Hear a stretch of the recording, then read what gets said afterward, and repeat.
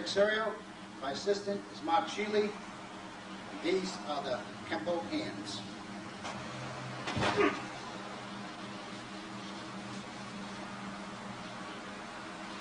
As the opponent comes in, we shift over to our left side, executing a left palm heel strike, immediately following up with our right hand to do a finger strike to the eyes or temple area of our opponent. It's very important to keep the gap in your favor so that you can counter anything that your opponent may come up with.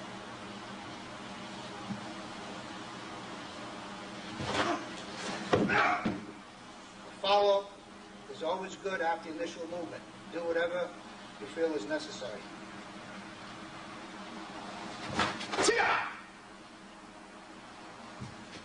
Stepping over to our left, redirecting the opponent's punch with the palm of our left hand. Immediately coming up with a forearm strike to the opponent's elbow. Keeping the circle going, we shift into our opponent's floating rib area.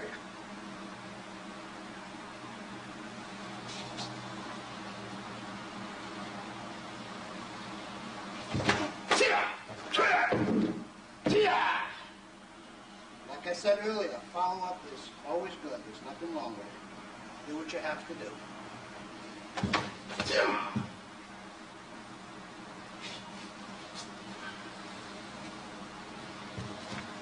We're redirecting the punch with the palm of our left hand. Coming up, again, we strike the opponent's elbow with the forearm. Keep the circle going. Forearm strike to the throat or side of the neck of our opponent. That should take care of the situation.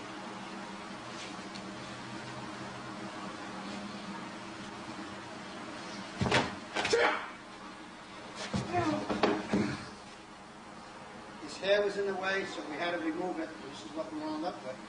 What we're going to cover right now is the basic blocks, redirections, and continuous motion of the Kenpo hands. Okay? Now, everybody knows what a block is. A block is to stop something from coming at you. In basic karate or any style, any form of martial arts, this is your block. Okay? Whether it's done inside, outside, hammer fist, over their head, low punch, or downward. Those are your basic blocks. Now, what we have from the blocks, we have what we call a redirect block. Punch is coming in straight. We take the punching hand that's coming at you and we redirect it. Okay? From the redirection, we have what most people would call a block, but we call this a strike. In Kenpo, a block is a strike and a strike is a block. Okay? They both serve the same purpose. Now, to get continuous motion out of that, we're going to combine the redirection, the block, and continuous motion. Here comes a punch. We're going to redirect. We make the strike with a block, and from here we continue on with a strike to the head. Now, to keep the motion going, because we just said it calls for continuous motion. There's our elbow. Come back. There's a claw to the face, to the groin, to the throat, and back out to the face. All continuous motion. Now what that means is if you got involved into a situation, a confrontation out in the street, an individual came at you with a punch, and you was able to parry it. Okay, he decides to spin around and do another punch. From here, you're still in position to stop that strike. And he wants to come back again. Around this side. You're still in position. This is continuous motion. Finally, we execute a strike out to the head. Okay? Now, this is continuous motion. To take the same thing against a roundhouse punch. Here comes a roundhouse punch here. Now, the force of this punch allows this to happen. Let's try that again. Bend the arm more. Bend the arm more. See? See? Now, that strike that he just did acted as a springboard. Okay, watch. We'll do this real slow. See it pushing? He's pushing my hand where? Right into his own face. So he is actually helping me to beat him. So watch again slow. From here comes a roundhouse punch. Bing, there's the punch. Or the strike to the face.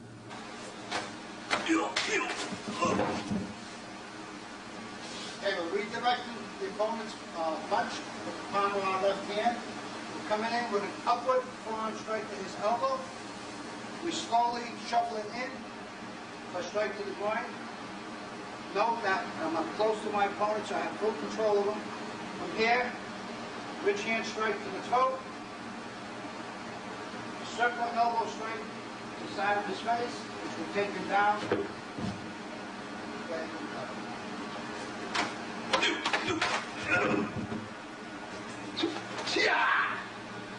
Once again, we make a redirection with the palm of our left hand, slide it in to make contact, but at this point the opponent turns around with a spinning back fist. We adjust ourselves to his center, execute a punch to the side of his head, and at this point, of course, we're all ready to follow up with a takedown. And then if you want to go further, bring him over and hold him right there.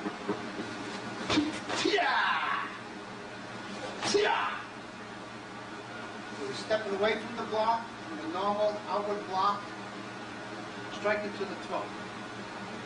We're in good position because if the man goes to try another punch, we're right there to block, and there's our other strike. Okay, just to show you what can happen from this point. 1, 2, 3. The initial movement is the same. There's an outside block. The strike here is the same with body shifting.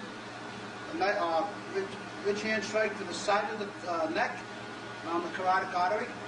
From here, vertical thrust punch to the sternum.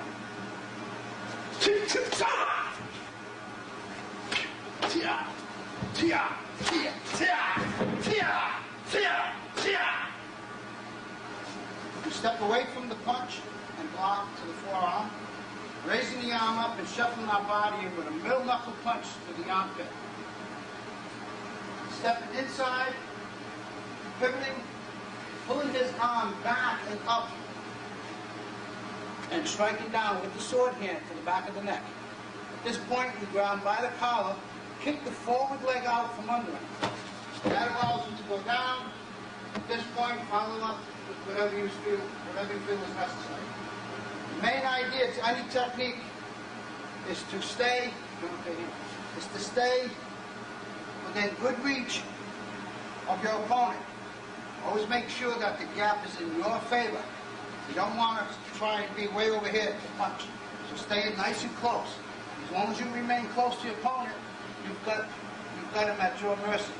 You can alter the technique, you can do anything you want with that technique, as long as you stay with him.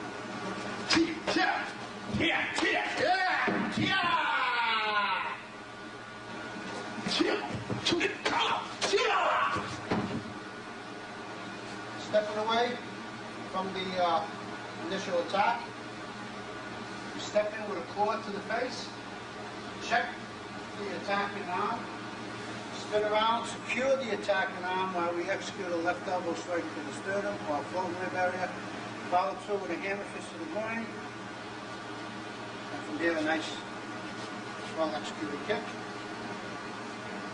And that should serve the purpose. If it doesn't, you better take off.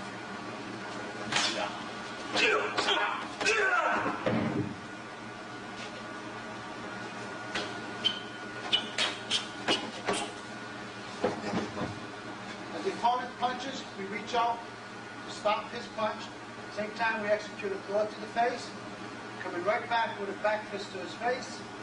Circle elbow to the solar plex or sternum area. The roundhouse to the face.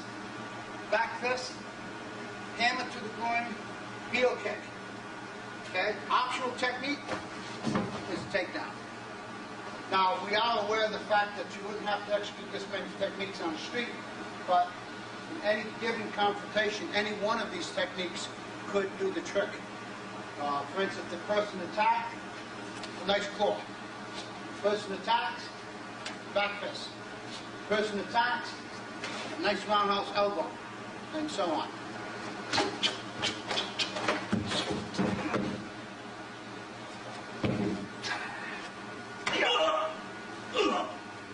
Hi. I want to once again remind about Kenpo hands, the importance of executing the techniques properly. For instance, claw. Now, people, when they hear the word claw, they think of just doing this. Okay? A proper claw is to strike with the heel of the hand and then claw. Now, once you've hit, you're inside your target. At this point, you can grab the eyes, you can grab the nose, you can grab the cheek. You've got your opponent right where you want. And if this person was really out to hurt you, you have to stop him first. Palm heel, claw, rip and claw. Ripping down, ripping across. These are your claws. The same thing with what we call a tiger mouth. A tiger mouth, all 4 fingers have to be secured. Thumb is rigid. We're striking up here. Once we make our strike, we close in. Now we grab with our fingers and our thumb. And there's what you have. And there's not too much the opponent could do at this point. Okay? Again, these techniques would be applied against an opponent who was out to hurt you. Someone who had a knife or a club, or just someone who was just playing out to hurt you. So you have to protect yourself. That's why we have these techniques. The punches that we use, the punches would go to a harder part of the body. Okay? In Kenpo, our hand techniques are designed for certain parts of the body. And again, this would go to the eyes, this would go to the throat, this could go to the throat, this here can go to the throat, the tiger mouth, which I already showed you, the fist over through here, under the armpit or inside the armpit, we have a bunch of little nerves. Take the middle knuckle back and punch it, do some damage. Spear hand can do some damage there. Spear hand can also work over here to the pelvis area, and again over here to the full rib area. The forearm. Now the forearm is a very, very dangerous weapon. And if you're going to use that, please make sure if you really want to do some damage. The forearm can strike the side of the head and do a considerable amount of damage. We can hit the whole top of the body, and we can do some damage there. Okay, we can also use a forearm strike right underneath right above the pelvis area. Okay, in Kenpo, the reason we say Kenpo hands because the Kenpo hands can go to any part of the body. So it's very important that you learn it properly. We step away from the first punch, and as we step away, we block. As the second punch comes, we make our strike and block together. Finalizing it with a knife hand strike to the side of the neck. Again, it's very important to stay within good distance of your opponent so that anything that he may do from this point on, you're in full control of. You're in full view of everything that he might attempt to do. You've got him in complete control.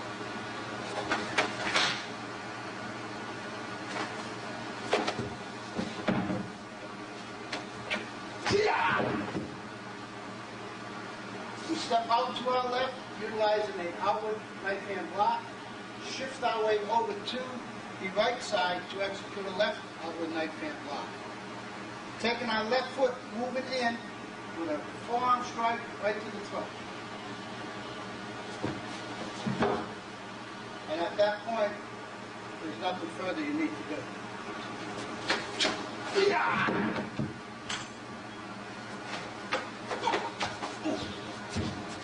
Step away out to your right with a knife hand block. Shift away for the second block. Punch the sternum, palm, and follow up with another snap punch to the face. Okay. Note that all the techniques that were executed were directly at the center of the body, and each time I utilize my hips with the punches. That give me all the power that I need. Okay? I don't have to be, this man is bigger than me, taller than me, but with body punching is the result. If I just do that, I don't have too much. But if I do that, with the hips, we've got a lot going for us.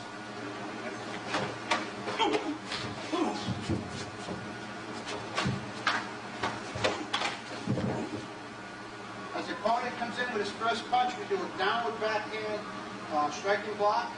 From here, we just raise our hand up to stop the second punch, grab his wrist, Come in for a break, strike to the groin, stepping into a knife hand strike to the back of the neck. Again, this is what we were talking about earlier about circular motion. I want to just go over that once more, nice and slow. Watch the circles here. From here, this is the downward block here. From here, look at the circle. See the circle? There's your circle going into action. Coming right here, this is called a circle. Downward strike.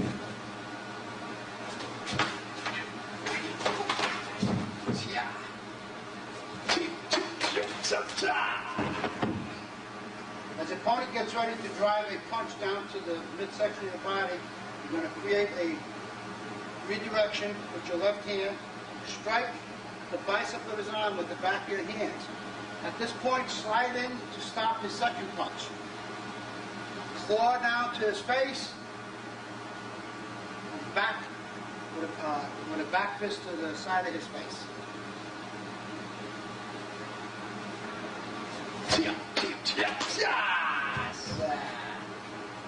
I follow the opponent's body. He tells me what he's doing. Now, if you do your blocks properly, watch. Here's the first block here. Now, notice I don't grab. I lay my hand here. Now, in order for him to throw another punch, he has to move this arm. When the arm moves, it tells me he's throwing another punch. Now, I can stay here all day, and he can throw another punch, and I block. And he can go on, no matter where he directs the punches. Okay? I can usually block because he has to use it. So we call that like a springboard.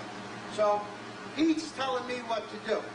Now, of course, after a while, I get a little tired, so when he makes that punch, I make a strike to the side of his face. Now, I can use my one hand, or I can use my two hands. What I did with the two hands, as he came in, I'd lay down here. This was a check. Came over to check that as I blocked the second punch. And from here, I can do anything I want. You can see he's wide open for me. I can knee him, I can kick him, I can body punch him, I can elbow him, back fist, and do just about anything I want. On the street, if the technique is executed properly, one technique, one strike is sufficient. Why do we do 3 or 4 or 5? It's because in case one misses, we can come right back. It's like boxing. You know, you do a jab, you set up, you follow up with a body punch, you just keep going until you've got your opponent where you want him. So this is what we mean by continuous hand movements, or the Kenpo hands. Right now, I'd like to show you several takedowns involving Kenpo hands. So from the Kenpo hands, we're going to follow up with the actual takedowns. I'll try to do them at a slower speed, and I will also explain to you the second time around what I'm doing.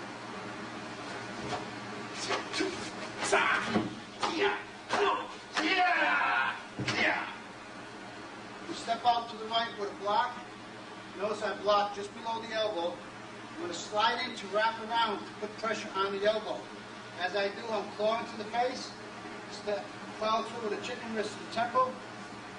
Come in with a knife hand strike to the neck. At the same time, I'm going to scoop his leg out from under him. I follow him down, and there's the arm break right off the bat. I have an arm break here. Punch to the floating ribs. Knife hand strike. Go into another arm break just to be sure. Here. Send him home.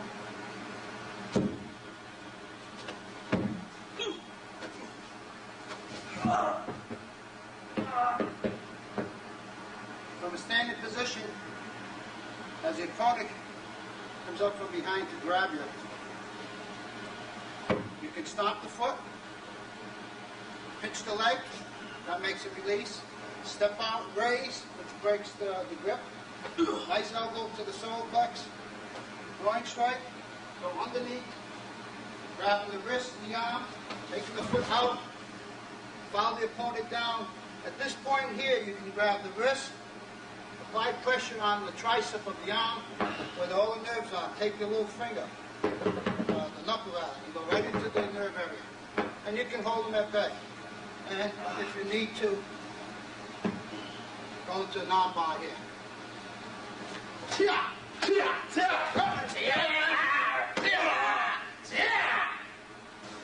Redirection. Right arm strikes the elbow. Come right up into the throat.